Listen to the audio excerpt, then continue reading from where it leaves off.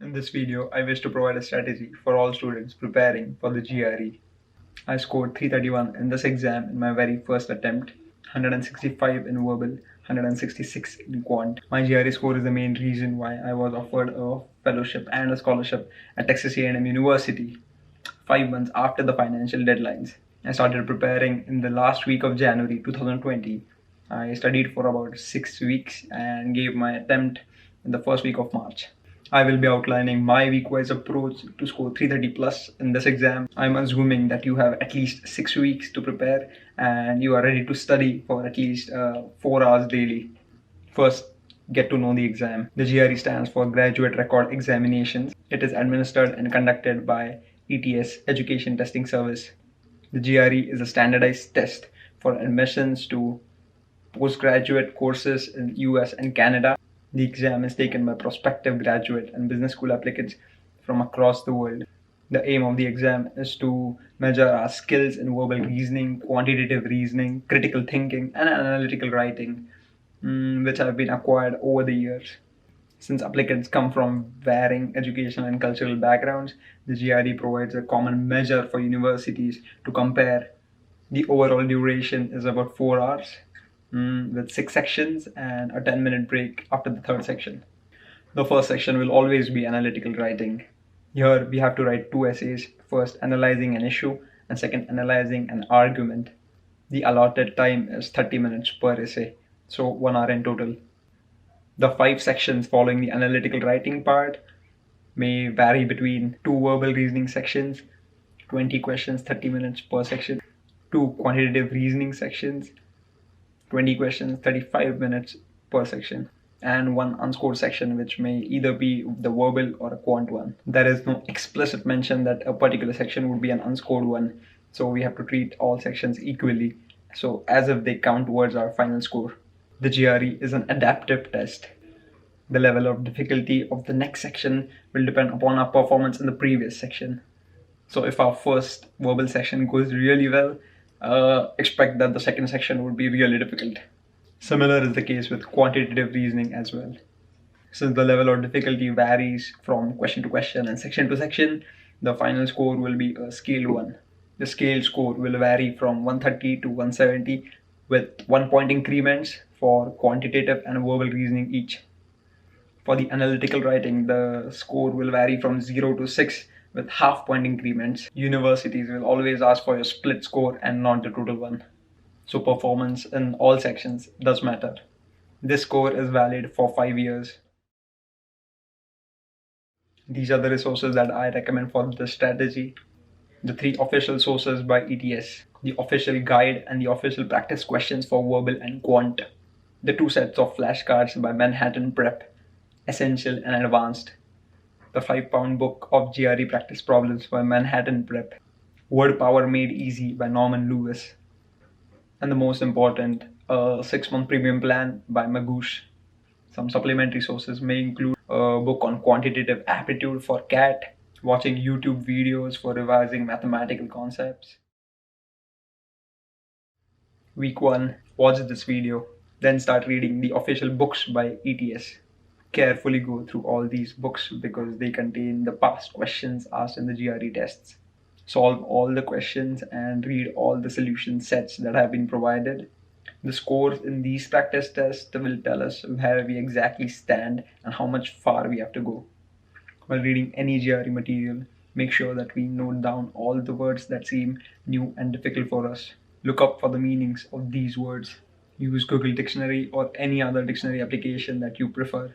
These words will usually have multiple meanings, and GRE tends to focus on, let's say, the secondary or the tertiary meanings. So make sure you read all those meanings. Also read the sentences that use those words in their intended meanings. This approach will target a word from all sides at once. Week 2 and week 3. Watch this video again. Take the 5-pound book, be scared of it, and just dive into it. Here the primary purpose is not just to solve a lot of questions, but to follow the right approach to solve each question. This book will take us about 2 weeks. Simultaneously start with the flashcards. Each set contains 500 cards, so a total of 1000 words. Pick up the essential set first. Each card will have a word written on one face and the meaning and examples on the other face. Along with the meanings and sentences, you will have synonyms, antonyms, how to use the word, the origin of the word, or some interesting facts about it. All this information completely familiarizes us with that word. Here's my strategy for flashcards. The cards are in an alphabetical order, and reading them in that order doesn't make sense. To remember over 1,000 new and difficult words, a different approach is required.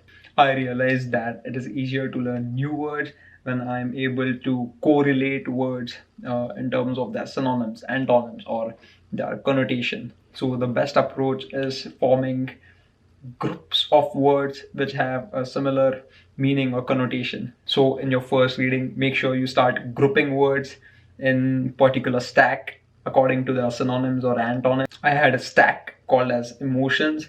So all words which even remotely link to emotions were a part of that stack. Similarly, I had a stack for quantity. So all words which even resemble anything related to quantities would be a part of that. I made about 8 to 10 such stacks. Proceeding this way, all the 500 cards from the essential deck would be distributed in different stacks. Now, how to study these stacks? Take one stack and shuffle it. Read the first card.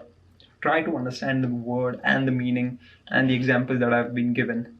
Put that card back in the stack, but in the last position. Read the second card, and so on.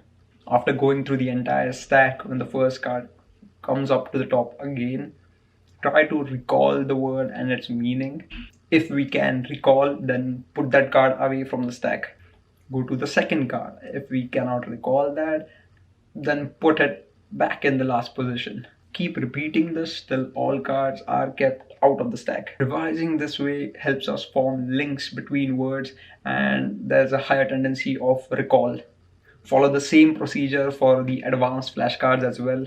Keep doing this every day till the day of the exam. Our speed will increase for subsequent revisions. It won't take that long since you would be knowing most of the words and quickly going through all the stacks. Week 4. Again, watch this video. Start with a book named Word Power Made Easy by Norman Lewis. This book is dense. It is filled with exercises and explanations. The etymological approach provided in this book improves our command over the English language. Etymology is the study of the origin of words. The verbal reasoning section in the GRE is very lengthy. If we spend an inordinate amount of time because we are not able to understand a particular word, it only intensifies the whole issue.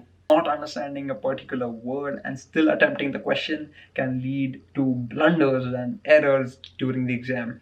If we look at GRE as an opportunity at this age to improve our command over the English language, then investing your time in this book is totally worth it. Also, during this week, keep revising formulas for quantitative reasoning. Start doing calculations in your mind. Reduce the reliance on rough work calculations and try to avoid using the on-screen calculator for all purposes. Week 5 onwards. The most important resource, the Magoosh online portal. For the last 5 weeks, we were using books to read and solve. However, the GRE is a computer-based test. There is a significant difference in taking the exam on paper and on screen. We have to develop a habit of reading on-screen content and jotting down important points as we pass. Magoosh prepares us for the online experience. Magoosh offers about 1200 questions which closely resemble the GRE. Each question will have a detailed solution and a solution video which provides the right approach for that question. I recommend solving each and every question given on this portal. Start practicing time management while solving tests and keep giving all the practice tests in Magoosh. At this point, we are actually prepared to start the analytical writing part. Follow the suggestions for this section given in the official guides, the 5-pound book, and by Magoosh. Be prepared to write at least 6 paragraphs for each essay. Provide a good introduction. Show that you have understood the topic. give at least 3 relevant arguments and 1 counter argument. Also provide a way forward and conclude accordingly. Also remember to keep revising all the flashcards every day. Last week before the exam, we would attempt the 2 mock tests that ETS offers for all GRE takers. The score in these tests is usually very near to the score that we will end up with in the actual test. If there is room for improvement, then revise again and again. You may postpone the exam if you want. Avoid mistakes, practice more questions, and be confident. I believe after completing all the resources that I have mentioned in the same fashion, your score should be around the 330 mark. Footnotes: the GRE is a costly affair.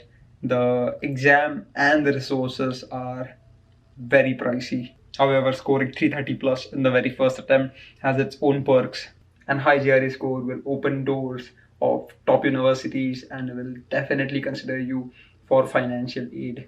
This score is valid for 5 years. So if there is a PhD or an MBA plan down the line, then a high score will surely help then. If there are any more GRE tips that you would like to share, please mention them down in the comment section below. Thank you for watching.